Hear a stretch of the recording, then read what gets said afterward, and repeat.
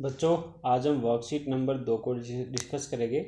यह वर्कशीट विज्ञान विषय पर है जो कि कक्षा 7 के लिए बनाई गई है। यह वर्कशीट 16 सितंबर 2020 की है। वर्कशीट का जो टॉपिक है वह समय की माप। आओ बच्चों, अब वर्कशीट को हम पढ़ना शुरू कर रहे हैं। रवि एक लंबे अंतराल के बाद अपने विद्यालय जाने के लिए तैयार हो रहा था। उसकी नज़र बार बार दीवार घड़ी पर जा रही थी। काफ़ी टाइम हो गया था। रवि अपने विद्यालय को जाने के तैयार था। वह बार बार घड़ी की तरफ देख रहा था। प्रकृति में बहुत सी घटनाएं निश्चित अंतरालों के पश्चात स्वयं दोहराती है। प्रकृति जो हमारा नेचर है, इसमें काफ़ी ऐसी घटनाएं हैं जो कि निश्चित अंतरालों के बाद वापस घटित होती है। उदाहरण के लिए एक दिन, जैसे एक दिन होता है, फिर उसके बाद एक दिन पूरा हो जाता है तो फिर अगले दिन वही रिपीट होता है। फिर एक दिन फिर आता है, फिर एक दिन आता है। तो ये क्या होता है कि कुछ समय अंतराल के बाद वह घटना बार बार दोहराई जा रही है। ऐसे ही एक माह है और एक साल है, सभी समय के निश्चित अंतराल को दर्शाते हैं। अब देखिए यहाँ पर इसी के पैराग्राफ के बेस पर कुछ क्वेश्चन है। जैसे रवि दीवार घड़ी में बार बार क्या देख रहा था। तो रवि क्या देख रहा था? रवि एक लंबे अंतराल के बाद स्कूल जा रहा है तो क्या देख रहा था? समय, कि कितना समय हुआ है ताकि मैं समय पर स्कूल पहुंच सकूं। क्वेश्चन नंबर 2 यहाँ पर है, रवि और किस तरह से समय का पता लगा सकता था। देखिए बच्चों, रवि दीवार घड़ी पर देख रहा था। अगर उसके पास हाथ की घड़ी होती तो वह हाथ की घड़ी का भी यूज कर सकता था। हाथ की घड़ी। और क्या होता है? सूर्य की दिशा के अनुसार, अगर पुराने हम समय में जाते हैं तो वहाँ पर सूर्य की दिशा कहाँ पर है? दिशा के अनुसार।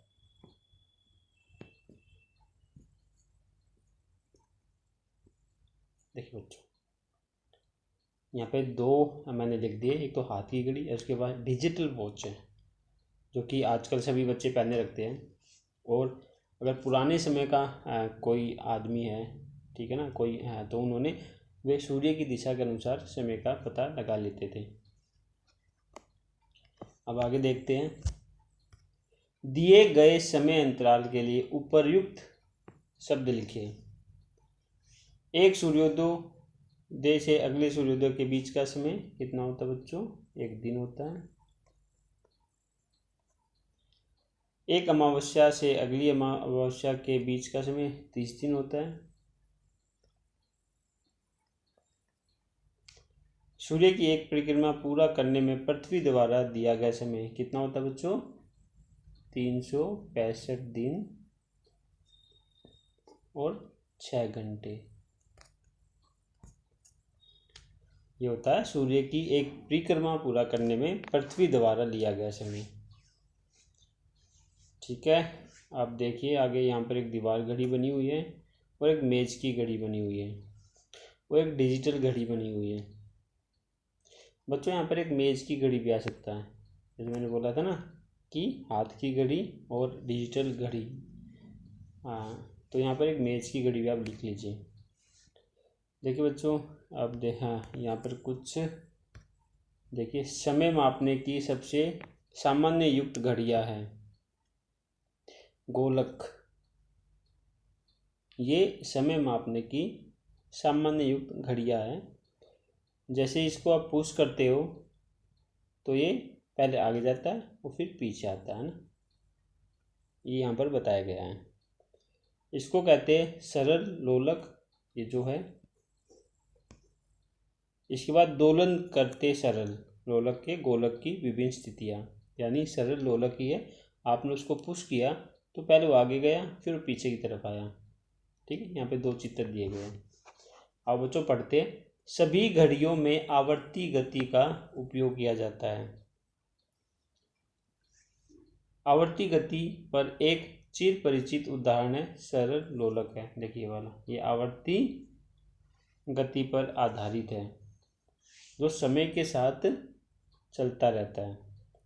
वह गति जो एक निश्चित समय अंतराल पर स्वयं को दोहराती है उसे आवर्ती गति कहते हैं। देखिए, यानी एक कोई भी कार्य अब हुआ है वह ठीक 10 दिन बाद होगा, फिर उसके बाद 10 दिन बाद होगा, तो उसको कहते हैं आवर्ती गति। यानी समय अंतराल कितना फिक्स हो गया, उसके बाद वह चीज़ दोबारा दोहराएगी, इसको कहते हैं आवर्ती गति। उदाहरण के लिए जैसे पृथ्वी का सूर्य के चारों ओर गति, जैसे पृथ्वी का सूर्य के चारों ओर गति होती है, वो गति पूरी होने के बाद फिर वही उतने समय में दोबारा गति होती है। झूले की गति, देखिए बच्चों, झूला आगे की तरफ जाता है, फिर पीछे की तरफ आता है, फिर आगे, फिर पीछे, आगे पीछे, है ना, ठीक है ना। तो ये क्या है, आवर्ती गति है, उनकी पुनरावृत्ति हो रही है। तो यहाँ पर देखिए ये आवर्ती गति ही है कि पहले आगे गया फिर पीछे आया। यहाँ देखिए यहाँ पर लिखा हुआ समय का मात्रक। समय को कैसे मापा जाता है बच्चों? समय का मूल मात्रक सेकंड है। सेकंड में हम समय को मापते हैं। तो सेकंड को कैसे आप इंग्लिश में कैसे दर्शाते हो? एस से दर्शाते हो ना, एस स्टैंड फॉर सेकंड। समय के लिए मिनट यानी, और घंटे के लिए आवर्स होते हैं, एच होता है। देखो अगर घंटा हो चुका है 1 घंटा तो एच, मिनट में MIN मिनट, सेकंड के लिए एस। ये सब क्या है, समय के मात्रक। ये सब तो सभी बच्चों को पता होगा। अब देखिए यहाँ पर क्या लिखा हुआ, एक सरल लोलक की मध्य बिंदु से इधर उधर की गति आवर्ती या दोलन गति का एक उदाहरण है। देखिए बच्चों ये रहा आवर्ती और दोलन गति का उदाहरण। जैसे मैंने बोला यहाँ पुश किया, आगे गया फिर पीछे गया, तो यह आवर्ती गति का एक उदाहरण है। और दोलन गति भी कह सकते हैं।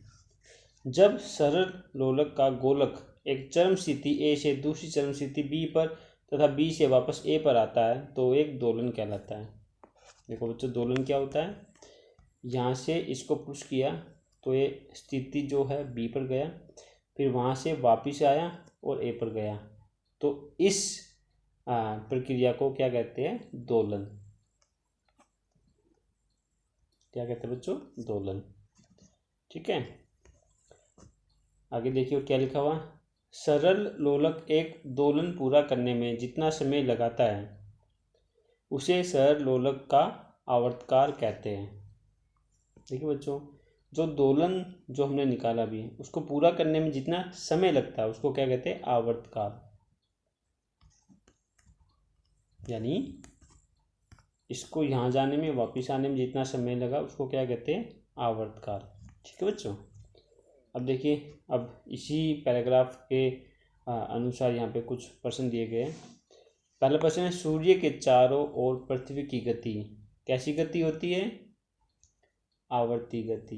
देखिए यहाँ पर लिखा भी हुआ है इसका उदाहरण में, तो क्या हो जाएगा, क्या आएगा बच्चों यहाँ पर, आवर्ती। आवर्ती, ये बेटे यहाँ लिखा हुआ है आवर्ती, यहाँ पर आ जाएगा। आगे देखिए यहाँ पर जो दूसरा क्वेश्चन है, आवर्तकाल से आप क्या समझते हैं, आवर्तकाल क्या होता है। देखिए यहाँ पर ये पूरा इन्होंने यहाँ पर लिख दिया कि आवर्तकाल क्या होता है, आप यहाँ से आंसर नोट कर लीजिए। सरल लोलक एक दोलन पूरा करने में जितना समय लगाता है उसे सरल लोलक का आवर्तकाल कहते हैं। जैसे मैंने अभी इससे पहले इसको समझाया था।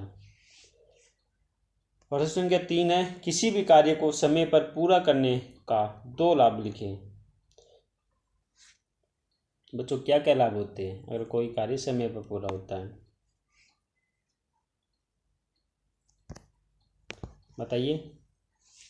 समय पर कार्य पूरा करने पर हमें प्रोत्साहन मिलता है।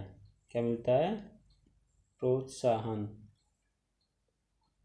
ये यहाँ होगी मात्रा, प्रोत्साहन।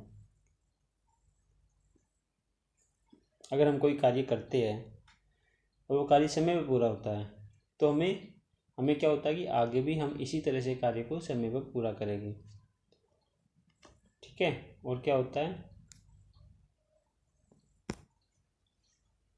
प्रोत्साहन हमको मिल गया है, कार्य समय पर पूरा हो गया है। हमें अपनी एनर्जी, जो एनर्जी हमारी होती है, उसको ठीक जगह लगाने का तरीका पता चल जाता है। यानी किसी कार्य को करने में हमने अपनी जितनी एनर्जी जिस तरीके से लगाई थी, हमको पता लगता है कि हमको किस तरह से कार्य करना है जिससे कार्य समय पर पूरा होगा। ठीक है बच्चों, ये 2 पॉइंट थे। तो ये वर्कशीट नंबर 2 जो कि विज्ञान विषय पर कक्षा 7 के लिए थी। आज के वर्कशीट में बस इतना ही था बच्चों। अगर ये वर्कशीट आपको अच्छी से समझ में आ गई है तो प्लीज़ इसको लाइक कीजिएगा, शेयर कीजिएगा, सब्सक्राइब कीजिएगा। धन्यवाद।